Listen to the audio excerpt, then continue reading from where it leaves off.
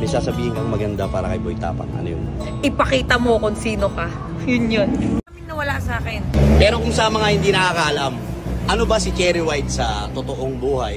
Pero ang gusto kong mangyari, ito talaga. Ano? Kung sa hiwalayan lang, marami kasing nagtatanong, ang gusto ko rin sana, ilabas kung ano yung dahilan. Yung totoong dahilan. Cherry. Pwede ba kitang tanongin? Ano yan?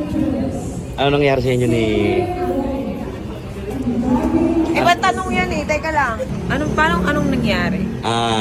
Andun ka na, kumbaga shortcut lang to shortcut tong mga tanong. Andun ka na sa page ng buhay mo na seryoso ka na. Ay, andun na talaga ako. Andun ka na, di ba? Sobra. Andun na yung pacing mo. Halos pinagpalit ko na lahat. So, parang may lumabas na issue. Naghiwalay kami. Oo, nahiwalay kayo. Naghiwalay kami siguro dahil mas may pinili ako eh. Yung peace of mind ko.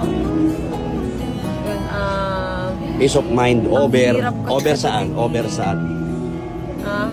saan? Peace of mind? Tsaka, hindi kasi ano eh. Ano ba? Sa personal na ano mo? Personal na kaligayahan mo? Hindi. Ano? Kung meron man akong pinili para sa akin. Para sa akin yun. Kumbaga parang sa ikabubuti namin pareho yun. Yun. Oo. Ayoko pang i-direct na ano. Kasi syempre ayoko naman masira yung tao. Gusto ko.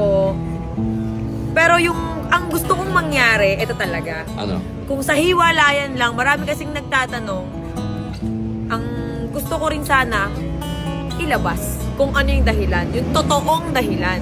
Yun yung gusto ko kasi marami nagsasabi, nag-cheat ako. Okay. Pero ang gusto ko sana, ilabas kung ano yung dahilan. Pero kung sa mga hindi nakakaalam, ano ba si Cherry White sa totoong buhay? Kasi syempre, tayo bilang vlogger, nahuhusgahan tayo sa camera pero agad. hindi ko kasi pwedeng iangat yung sarili ko eh. Tama. Nakikita rin yan ng mga followers kung ano ako at sino ako. Marami nagko-comment na may good heart ako. Well, totoo naman yun. Example pa lang sa pamilya ko. Sa anak ko. Oo. O yun na yun, kasama sa pamilya, kasama na yung anak ko yun. Ayun, mas pinili ko siguro yung basta yun. Mas pinili ko yun. Yung anak ko, sige. Mas pinili mo yung anak mo. Kasi bata pa yung anak ko. Oo. Pero minahal mo, Boy Tapang. Mahal na mahal ko yun. Nakita mo naman siguro kung paano ako nakipaglaban sa social media, di ba? Grabe. Hindi, nakita mo naman kung paano ko nilaban noon. Okay. Di ba? Nawala maraming nawala sa akin. May mga kaibigan ako nawala. Okay. May mga endorsement akong nawala. Oo.